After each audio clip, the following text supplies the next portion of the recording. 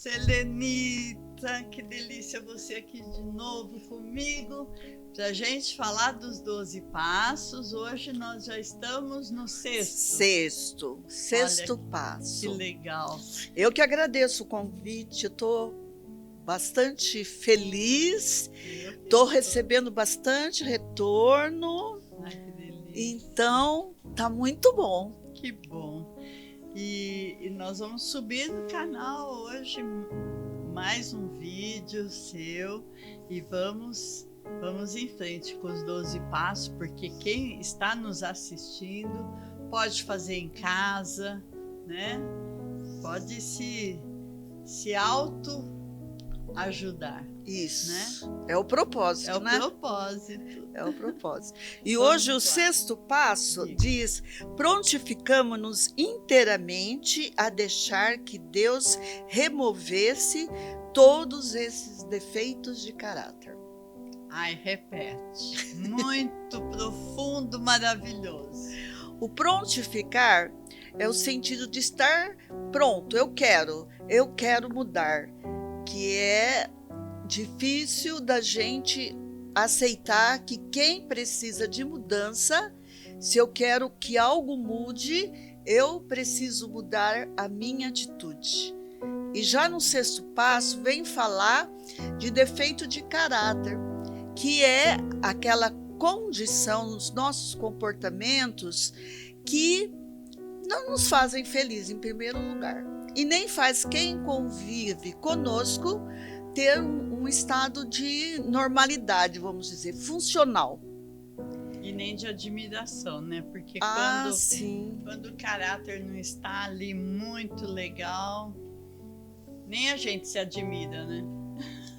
Então, o sexto e o quinto passo, ele fala de defeito de caráter, mas já no sexto é aquela coisa que eu já sei que não é bom e que eu gostaria de deter, mas eu preciso de ajuda. Que legal. Da ajuda de Deus, em primeiro lugar, da decisão pessoal e depois promover de atitude em atitude essa mudança, até que aquilo passa a ser habitual. Por exemplo, se eu sou uma pessoa irada, e eu não consigo controlar a minha ira, e normalmente eu não consigo controlar com aquelas pessoas que são mais próximas. É o tal do explosivo, né? Isso. E é uma coisa muito difícil da gente entrar numa funcionabilidade, porque a resposta sempre é maior do que a necessidade de resposta. É mais pesada a resposta.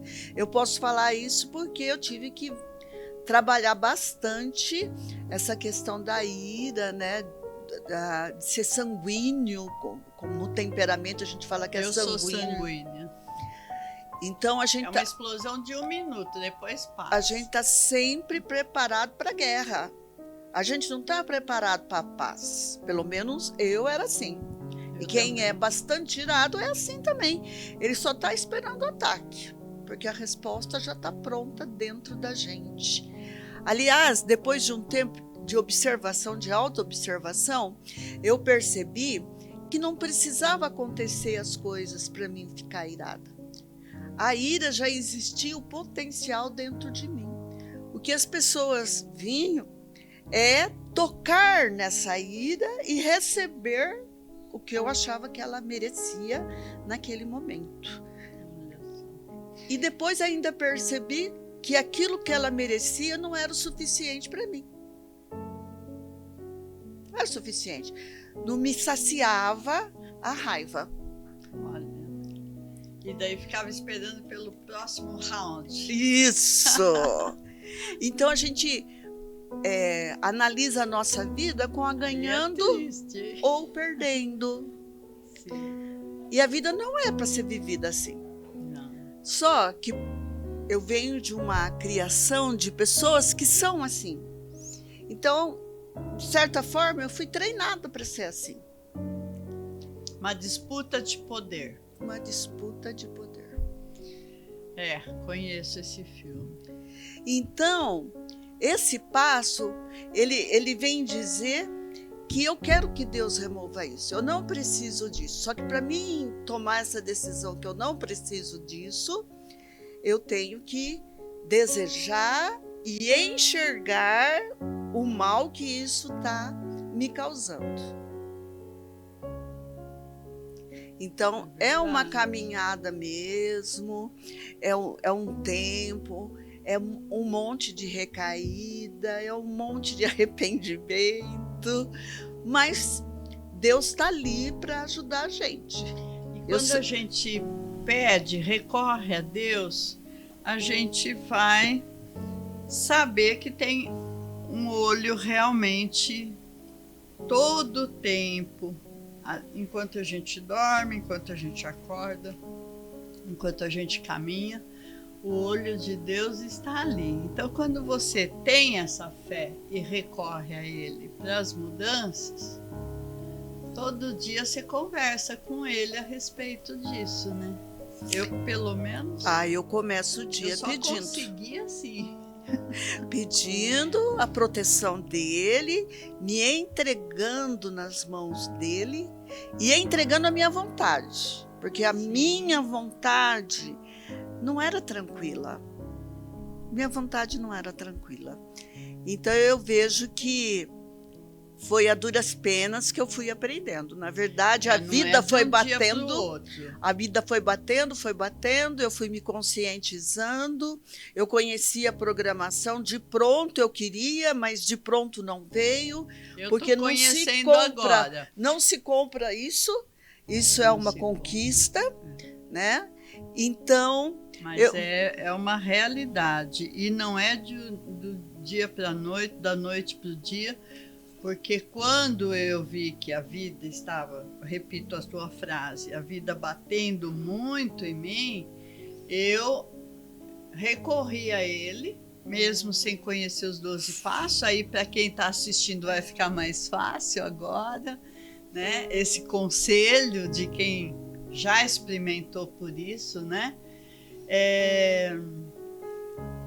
Você recorre a Deus e por você ter certeza que Ele pode te ajudar, que Ele é o maior julgador da nossa vida, né? E Ele é o maior também de poder na nossa vida, abençoador. Eu penso na misericórdia. Na misericórdia. Porque a misericórdia, ela tem um sinônimo teológico, que Deus me dá aquilo que eu não mereço. Que eu não mereço. A misericórdia significa a graça. Concordar com a miséria. Né? Com a graça dele. Também a gente precisa aprender também a concordar com a miséria do outro, sendo misericordioso. Eu acho maravilhosa essa definição da palavra misericórdia, concordar com a miséria. Mas, junto com a misericórdia, vem a justiça. Então, quando a gente crê nisso, que foi o meu caso, eu recorri a Ele como Pai para ter essa misericórdia, mas também com o temor à justiça dele, porque eu não estava feliz comigo, não estava feliz com a vida, e vendo muitas reações às minhas atitudes, né? Porque é ação e reação, aí eu fui apelar para ele e deu certo. Porque eu conversava, até hoje, né? Converso com ele o tempo todo e vou chegando às minhas conclusões que realmente eu preciso mudar o tempo todo, né? Ele nos orienta, né? Sim. Eu acho... Aí meu testemunho para isso que você está falando, porque é real, é real. É muito rico essa confiança que a gente tem em Deus, porque Ele nos orienta e a gente percebe que é possível. Mas eu vejo, né, que eu percebo que é possível, mas é situação a situação. Parece que ainda não faz parte do nosso caráter. Depois de um tempo, aquilo parece ser mais comum para a gente vai, não precisa pensar tanto antes de agir, já passa a ser educado, natural, já passa a ser uma santidade, né? Mas até chegar a ser uma santidade, é um caminhar de altos e baixos e de autoaceitação.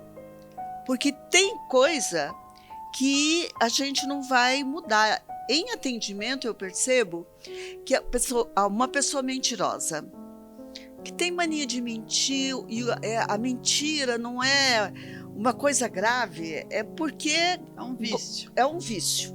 É um vício. Se você perguntar a hora se é para ela é bom aumentar, ela aumenta. Se para ela é bom diminuir, ela diminui. Horrível isso. Difícil a pessoa conseguir conviver na verdade.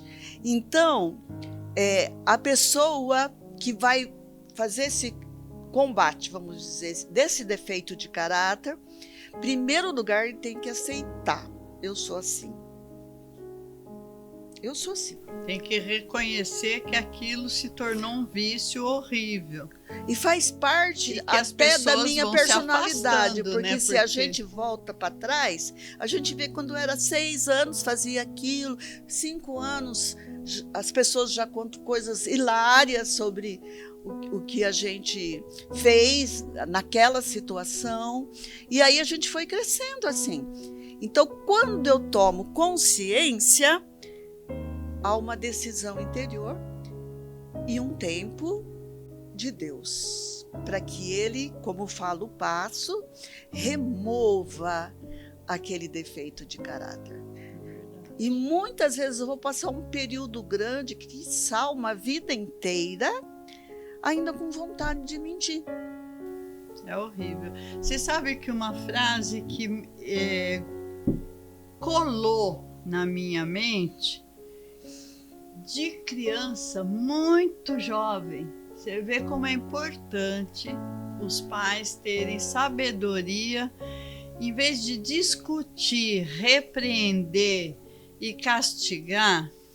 Eu fico sempre me reportando a sabedoria dos antigos, porque uma frase, pegando aí nesse gancho aí da mentira, do mentiroso, na minha infância, eu era muito pequena, com 6, 7 aninhos, eu escutava sempre: olha que a mentira tem perna curta. Aquilo ficou impregnado. Aí eu ficava pensando assim, a cabecinha de criança: ai, tem perna curta. Será que, né? Então, aquele medo de fazer e ser descoberta, né? De passar vergonha. É a outra parte. O medo não é uma renúncia da mentira, mas é o medo de ser descoberto. De ser descoberto, de passar vergonha, né? Exato. Então, essa frase ficou colada na minha mente e eu, graças a Deus, não precisei usar isso para os meus filhos. Mas aquilo ficou, e você sabe que reverbera até hoje. Até hoje, essas frases de impacto que os antigos usavam, eles não discutiam, né? Eles eram curtos e eficazes. Então, falando em crença, existe as crenças que são positivas, que nos ajudam a manter uma funcionabilidade, e nós temos crenças negativas e que a gente sustenta elas. Às vezes somos infelizes por causa dela e não tomamos uma atitude. Me lembrei agora, a nossa mãe dizia: a mulher é o esteio da família. Verdade. É verdade que a mulher é o esteio da família? Não é verdade. É o marido e a mulher. Mas nós aceitamos que a nossa atitude... Aceitamos a missão.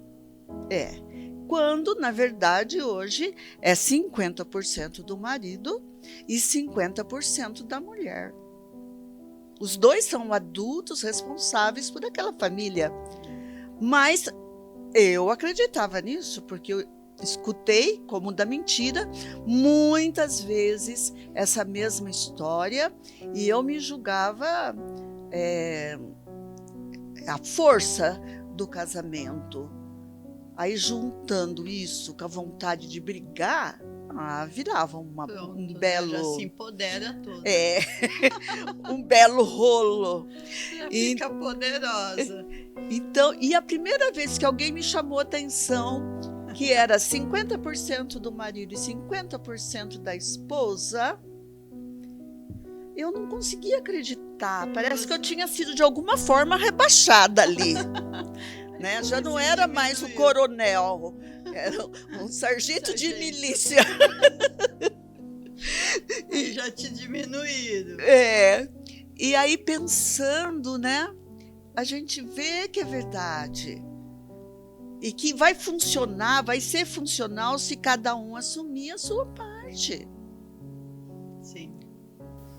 Até mesmo te diminuíram, mas te aliviou um fardo também, Nossa! Né? Mas só que, porque misturando isso, caída, misturando isso, caída, fortalece. Então, depende do que está na nossa personalidade.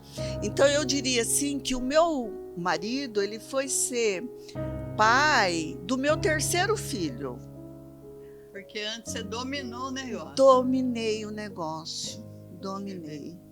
Eu é que era mãe, eu que comandava. A gente quer dominar o negócio, mas a gente critica que o outro sim, não está fazendo. Não está fazendo a parte dele, mas a gente que não permitiu essa parte. Né?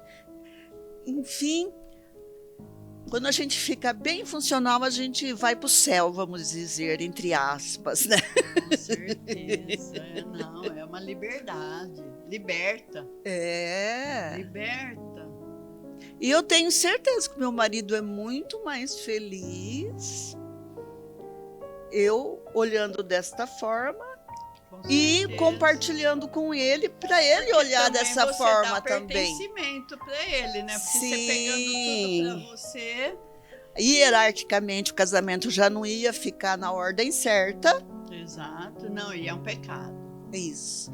Então, esses passos, eles vão entrando na sua mente. Pecado por quê? Porque você, além de você não atribuir ao outro, né?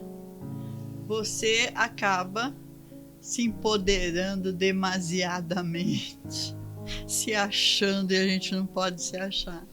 Vai lá. E eu costumo dizer para os meus amigos, assim, se você quiser fazer pirraça para mim, fala para mim o que você está fazendo. Porque eu não sou uma pessoa que fica parada em detalhes, sabe? Então, eu falo assim, se eu tivesse que me comparar a um animal, eu acho que seria um elefante andando com aquela patona assim por cima das coisas, sabe? Um boi, sabe? Não, assim, uma borboleta percebendo as coisas, né? Um pássaro. Um beijinho. Não. Então, Deus sabe por que Ele me fez assim. Isso que eu acho interessante. A minha genética, a genética da minha família, tudo me levou para essa pessoa que é amada de Deus, ser como eu sou, ser como você é. Graças a Deus, que Deus, Ele não quer nenhum robozinho, né? Ele quer cada um com a sua personalidade, sendo diferentes, né? Então, isso faz o mundo ser bonito, né? Porque imagina, as diferenças, elas são super positivas quando é olhada de maneira correta e verdadeira, né? Verdade. Só que eu consigo valorizar isso no outro a partir de mim. Sim. Quando eu consigo me valorizar. A minha diferença. Isso. Né, é contrária à diferença de muitos, porém se harmoniza quando é saudável. Como Deus é maravilhoso, né? Deus é bom demais, eu sempre falo. Deus é bom demais porque... Já pensou se Deus fizesse todo mundo loiro, o mundo ia ficar tão aguado. Eu acho que deveria ser tudo vermelho, pega fogo. O mundo ia ficar muito aguado se todo mundo fosse branca. Pela ótica, né? Minha, vermelha, a sua, loira, né? Não fica bonito? Então, Fica lindo, gente. Fica lindo. Mas nós precisamos ter o coração aberto. Um coração sincero e acolhedor para poder fazer conexão com as pessoas que são diferentes da gente. Sim. Vamos no 7º passo. Não, termina o 6º. Já terminamos, né? Que toda essa mudança vai acontecer quando a gente acalma a nossa mente, quando a gente reflete, quando a gente decide, aí as coisas começam a acontecer e a gente vai colocando em prática. E cada passo, não, eu vou viver agora só o 7º passo, não. Na verdade, a gente vive todos os passos em cada situação. Tem que ser, é uma orquestra. Né? É uma orquestra. E aí o 7º passo, humildemente rogamos a Ele que nos livrasse de nossa imperfeição. A imperfeição, eu penso na minha maneira de ser e algum entendimento nos passos do AA também é assim, que eu não quero, vamos supor, eu não quero mais mentir. Mas não significa que ainda não busque esse prazer. Porque existe um prazer. É a tentação, né? Um prazer no nosso íntimo. Diz quem é teólogo que isso está lá no pecado de Adão e Eva, que plantou aquela semente dentro de nós. Que a serpente colocou neles. Né? Não era nem deles isso. Isso é coisa de serpente mesmo, né? Porque... A gente não deseja, mas ainda tem o prazer. Carne, né? O prazer. Por exemplo, uma pessoa que é fofoqueira, ela não quer mais fofocar porque já tomou a decisão, já admitiu, tomou a decisão. Já viu que não agrada a ninguém. E não se agrada, né? Não se agrada. E aí, na hora que ela vai contar uma história, a primeira coisa que vem, quase que sem filtro, é a fofoca. O gosto, o desejo. Isso é outro vício. No passo, chama imperfeição.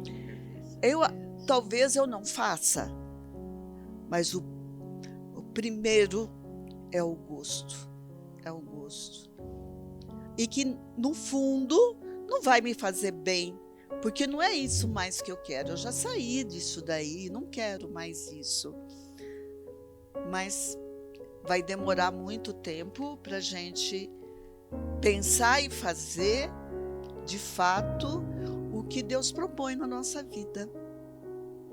E você vê, eu tenho que dar esse entre parênteses. Esses passos é aplicado nos adictos.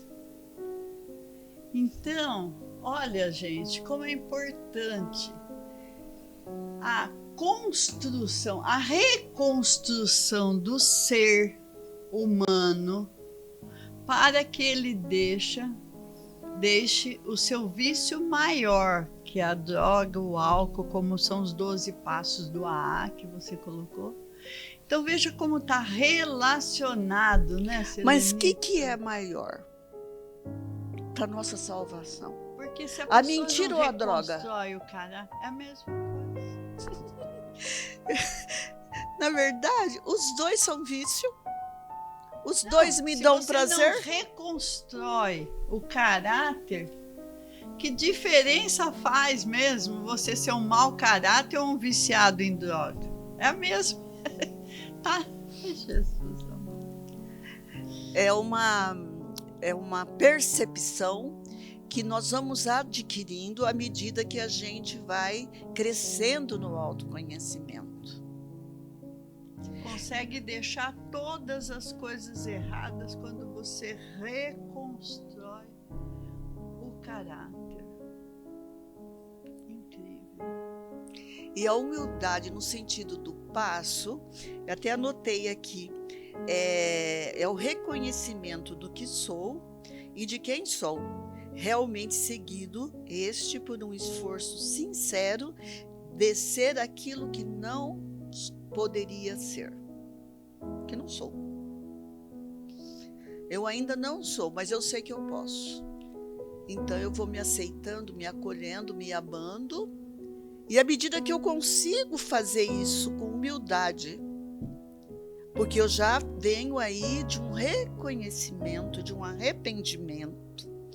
Então, quando eu vou fazendo isso com o coração aberto diante de Deus, eu consigo trabalhar essa humildade, que é esse reconhecimento de o que eu sou. E existe uma riqueza no que eu sou de fato. Eu sou filha de Deus. E Jesus perguntou: não sois deuses? Vocês se esqueceram? Não sois deuses? Quer dizer, em nós habita uma semente para o crescimento, para a perfeição. E é por isso que essa imperfeição nos mistura muito, nos ofende muito. Não é ofender a Deus, Nos ofende. mas nos ofende a nossa dignidade mesmo. Por orgulho, a pessoa pode até não perceber por muitos anos, mas a gente percebe que a pessoa é triste, que a pessoa não fica feliz nunca, porque ela se ofende mesmo. Então, aqui também tem na programação um conceito de orgulho. Orgulho como um conceito ilusório e muito elevado de si mesmo, que nos leva a fazer exigências de Deus, de mim mesmo e de outras pessoas que não podem ser cumpridas, pois estão além das expectativas de que aquilo que a outra pessoa pode fazer. E é verdade. Então, são dois conceitos, um de orgulho, o outro de humildade, que eu tenho que sair em diversas áreas desse orgulho e vir para a humildade. E permanecer, né? Porque às vezes a gente fica um tempo e não é legal para quem é orgulhoso permanecer humilde. E o orgulho, será que vem somente de uma má índole ou de uma baixa estima muito grande? A defesa de uma baixa estima muito grande? Deve ser, né? Porque não sou capaz de afirmar isso, mas olhando para mim, eu fui criada para ser líder. E no conceito da minha família, ser líder é ser imposição. Então, eu tive que realmente aceitar que isso aconteceu, vem de geração em geração até chegar a mim, e que eu posso começar a fazer diferente para, a partir de mim, ser diferente com os meus filhos, com os meus netos, com os meus bisnetos, terceira e quarta geração, a bênção de Deus, né? sim, principalmente se tem um chamado. O teu chamado foi maior do que tudo isso, né? Porque ele te colocou. Então, menina,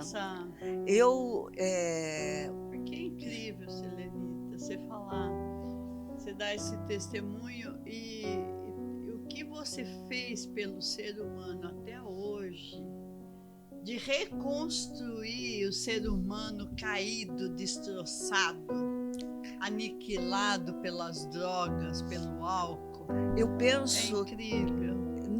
O meu olhar não é assim para ele. Não. Eu não vejo ele dessa forma. Eu vejo uma pessoa com dependência química, eu olho para ele e vejo as possibilidades dele. Que aquele estado dele atual é um momento da vida dele. E que se ele quiser, ele pode construir ou reconstruir. Você vê o viciado adicto como alguém que entrou na contramão e você se sente como aquele guarda de trânsito que quer ensinar o trânsito a pegar a mão correta. É assim? Se ele quiser. Se Porque ele eu não quiser. posso multá-lo. Não tem o poder do guarda de trânsito. Porque a vida já está cobrando uma multa caríssima dele. Então, nós temos que confiar exclusivamente na graça de Deus. E ajudá-lo. Então, eu até costumo falar uma coisa assim, que os teólogos falam outra coisa, que Deus perdoa o nosso pecado, mas existe um preço da consequência. Mas no meu trabalho, se Deus fosse cobrar a consequência do momento que eles decidem ter uma vida nova, se Deus fosse, não teria chance. Não, essa consequência, por exemplo, é a consequência da própria vida humana, né? É o que eu acabei de falar. O tempo passou, ele foi embora. Você não consegue resgatar. Então, quem ficou 10 anos, 15 anos nas drogas, perdeu uma parte maravilhosa da vida. E aí não volta. Mas aí vem a promessa de Deus. Eis que faço nova todas as coisas. A pessoa sai, aí ela, e pelo Deus menos ela continua vivendo a partir dali, né? Dá uma oportunidade de recomeçar. Tem uma história muito interessante de um rapaz que a mulher dele, quando trouxe ele para a casa de recuperação, eu estou trazendo aqui, mas não quero saber mais dele, não quero mais ver ele. A mãe dele não está mais querendo ter contato com ele. Depois que ele terminar, aí você vê o que ele quer fazer. E ele ficou conosco lá, período, acho que aquele tempo era 9 meses, ele ficou conosco, muito sofrido, porque essa mulher já arrumou, quando trouxe ele já tinha um marido, e deu até o cachorro dele, e ele achou aquilo era o fim da vida dele, né? Além de dar ele, deu o cachorro, que era o amigo dele, vamos dizer. Até ele falava que o cachorro dele fumava maconha, porque quando ele fumava, ele repartia com o cachorro. E aí, ele bastante desesperado assim com a situação dele, eu falei assim: olha, Deus diz que faz nova todas as coisas. Deus vai trazer de volta o que você perdeu. Ele falou: impossível. Eu falei assim: vai trazer de volta.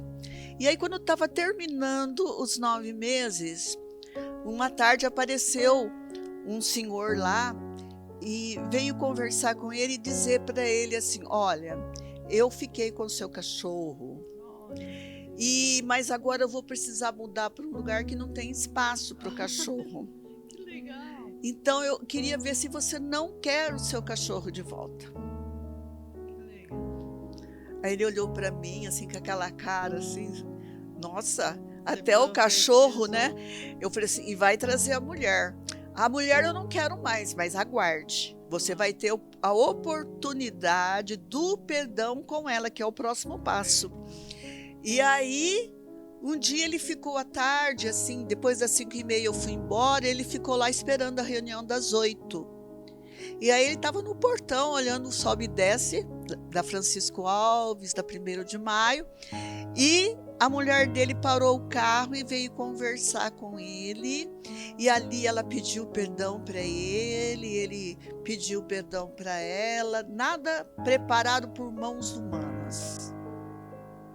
E os teus internos, eles ficam livres de sair no portão? Naquela época ficava, porque era casa-dia. Hoje, a casa nem propicia isso da pessoa, porque não tem nem jardim na frente, nem espaço, é fechado. Mas eles vão na missa, vão no culto, participam de palestras, enfim. todo mês eu faço uma atividade externa com eles, além da missa, do culto, das atividades de fora que vêm para dentro.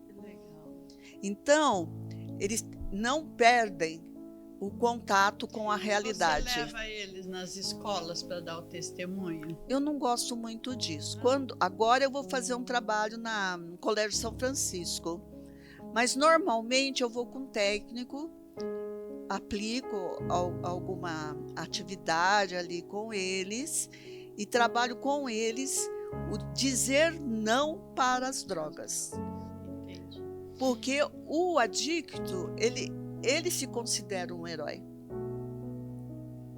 Ele se considera um herói. Porque Por incrível que pareça. ele se considera um herói de ter deixado aquela vida e ter conseguido. E quando ele vai dar o testemunho, ele passa essa ideia. Então, muitas vezes, uma criança não tem discernimento. Entende diferente. Não tem discernimento. Ele vai querer ser um herói de contramão, né? De contramão. Como existe muitos aí, né? A televisão, o cinema. Conseguir Então, eu tenho um pouquinho de cuidado, a não ser quando a gente vai numa cadeia, a gente vai num ambiente propício, com pessoas com maturidade para poder receber isso. Legal, muito bem pensado, eu nunca tinha pensado nisso. Aí o 8º passo e o 9º, o 8º eu faço a relação das pessoas com quem que eu tinha prejudicado. Porque o adicto, ele prejudicou muita gente. E quando você conversa naturalmente com o adicto, ele vai falar do que as pessoas fizeram para ele. Com certeza. E ele tem dificuldade de enxergar o que ele fez para as pessoas. Então, a gente faz uma lista dessas pessoas e o que é a situação que ele prejudicou. Se foi financeira, se foi moralmente, se foi até uma questão de fé, né? Uma questão de Deus. E aí ele vai, depois, no 9º passo, ele vai fazer essa reparação, em primeiro lugar, diretamente, se possível. Depois, se não é possível, faz indiretamente, por carta, por telefone, por zap, do jeito que é possível. Legal. Se isso não for causar coisa pior, porque tem coisa na vida familiar que é melhor ficar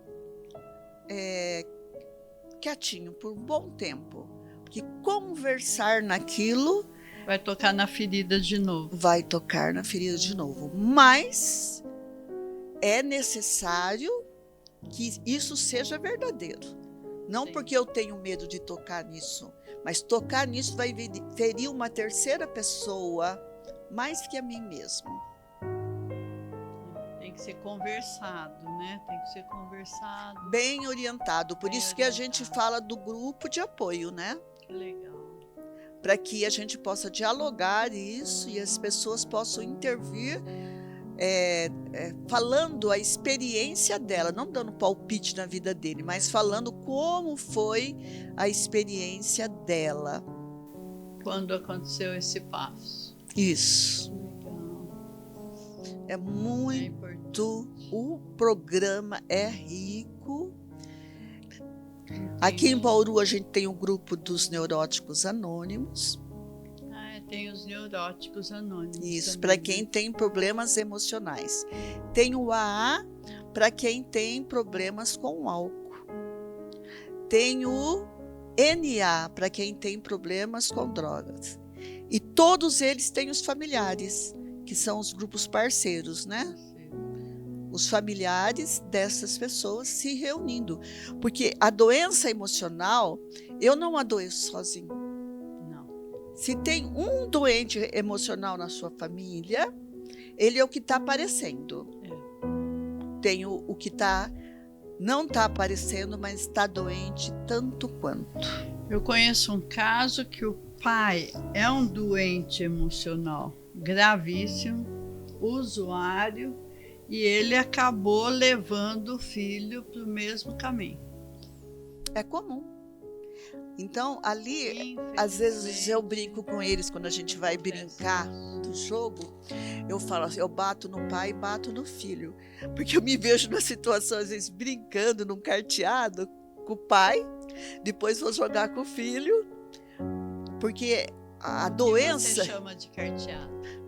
É jogo de carta mesmo, que a gente brinca, mico, brincando ali. Dominó. Entendi. Para passar o tempo, assim, a tardinha, né? Às vezes eu jogo com eles e brinco com eles. Eu bato no pai e bato no filho. Porque não é comum, mas a gente tem vários casos que a gente atendeu o pai, depois a gente atendeu o filho e depois a gente atendeu o neto. Eu estou 37 anos. Olha, Selenita, você é bárbara. 37 anos e a gente brinca com isso, porque é o único jeito. E quem se recuperou dentro da comunidade Bom Pastor, normalmente o desejo dele é voltar para a comunidade Bom Pastor. Então ele traz o filho, ele traz o neto para ajudar, para trazer o filho que está usando, para trazer o neto, né? Para a gente fazer um atendimento, um acolhimento. Porque se foi bom para ele, né? E o nono passo, me conta. O nono passo é esse, de fazer as reparações, né? Que é o passo do perdão, em que eu vou, né? E vou pedir perdão pelo mal que eu causei. Entendi. Sim. E eu vou entender que houve um mal verdadeiro que precisa ser tratado. Depois que a pessoa se trata com ela mesma, ela vai entender o que causou na outra pessoa. Então, a partir do 7º passo, o 8º, o 9º, é trabalhar com o outro. E até o 7º passo eu trabalho comigo mesmo. E depois eu trabalho já a perspectiva do entorno. Do entorno. Do outro, da família, dos amigos. Quantos amigos ficam chateados e feridos de ver um querido amigo se perder desse caminho, né? E quantos amigos foram perdidos, né? Nossa. Quando a pessoa chega assim mais idosa, ela chega a dizer, eu não tenho mais amigos. Meus amigos todos foram mortos. Selenita, muito obrigada. Eu que agradeço. E mesmo. Vamos fazer mais um podcast dos últimos 3 passos para completar os 12 passos. E eu creio que isso está ajudando muitas pessoas. Eu também creio. Muitas famílias. E se você gostou, curte, compartilha, se inscreva em nosso canal, porque vamos trazer muitas coisas bacanas. Muito obrigada, Selenita. Obrigada a você. Obrigada. E obrigado aos ouvintes também, né? Sim.